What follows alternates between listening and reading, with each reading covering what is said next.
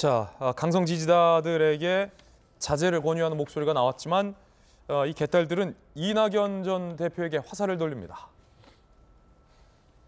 표결 결과 공격은 당 단합에 도움이 안 된다라고 이재명 대표도 얘기했는데 강성 지지층 커뮤니티의 반응은 오히려 더 강하게 색출해달라는 뜻이다라는 글이 올라왔어요. 이번에 수박 다 깨야 한다. 그제 민주당 청원 게시판에 이낙연 전 대표 영구 제명을 요구하는 글, 대장동 터트려놓고 미국 갔다, 당내 반란표도 이낙연이 꾸몄다 등등의 글이 올라왔어요. 오늘 오전 기준 2만 명 이상이 지금 동의를 했어요. 어제 오후에 10,000명 넘었다 뭐 이런 기사였는데 오늘 저희가 지금 체크해보니까 이거 저희가 캡처한 겁니다. 22,788명. 더 늘 걸로 보여요. 지난 대선 때 대장동권을 최초로 터트려놓고 이재명 대표에게 사과도 하지 않고 미국으로 도망갔다. 이번 반란표도 뒤에서 이낙연 전 대표가 꾸민 것이다. 라는 주장입니다. 이양수 의원님, 그랬나요? 이낙연 당시 후보가 지난번 대통령 경선에서 강하게 대장동 의혹에 대해서 비판을 하긴 했었습니다만 뭐 이낙연 후보뿐만이 아니었던 걸로 저는 기억하는데 여기 계신 우리 박용진 후보도 당시에 같이 사법 리스크에 대해서도 걱정을 많이 했었는데 갑자기 화살이 이낙연 전 대표를 향합니다. 어떻게 보십니까? 사실 지금 그 이재명 대표가 가지고 있는 그 사법 리스크의 대부분의 내용은 민주당 대선 경선 때 이낙연 후보가 최초로 제기한 문제들의 연장선상에서 이루어지고 있죠. 그건 맞다. 네. 그래서 사실 그때 이낙연 그 후보가 이재명 후보에 대한 문제 제기를 안 했었더라면 그 아마 수사라든지 그다음에 우리 당의 뭐 문제 제기 공격 이런 것들이 어떻게 보면 이루어지지 않고 묻혔을 수도 있는 겁니다. 그런 차원에서 이낙연 후보에 대해서 이제 민주당의 개딸들이 지금 공격을 하고 있는데 이렇게 생각합니다. 그 이낙연 저 후보는 당시에 민주당의 대통령 후보가 될 사람이 이러한 사법적 리스크를 가지고 있으면 도저히 대통령이 될 수 없다. 그래서 그런 문제를 제기한 것이고 그리고 그것이 사실로 드러났죠.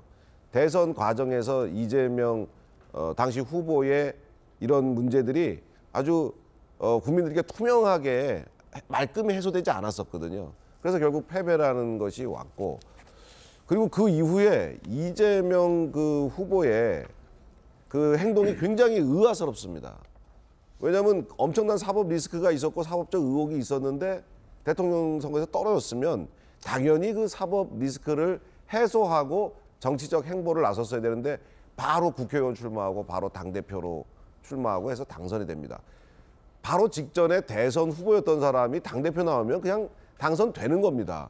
그거를 그렇게 하는 것은 아무래도 이 사법적 리스크를 혼자의 힘, 자연인으로서 해소할 수가 없기 때문에 민주당 당대표라고 하는 그 큰 직에 올라탐으로써 그 사법적 리스크를 피해가려고 우회해가려고 했었던 거 아니냐 그런 비판을 할 수밖에 없는데 지금 이재명 지지자들이 뭐 화가 나고 분통이 터지고 하는 것은 이해가 됩니다만 좋아하는 사람이 이런 어려운 상황이 되니까 그렇게 되겠죠. 그렇지만 좀 냉정을 찾으시고 정말 민주당 전체를 생각하시고 본다면 이낙연 전 의원에게 지금 이렇게 막 공격할 것이 아니고 차분하게 민주당의 미래를 걱정하는 것이 오히려 저는 좋다고 생각하고요.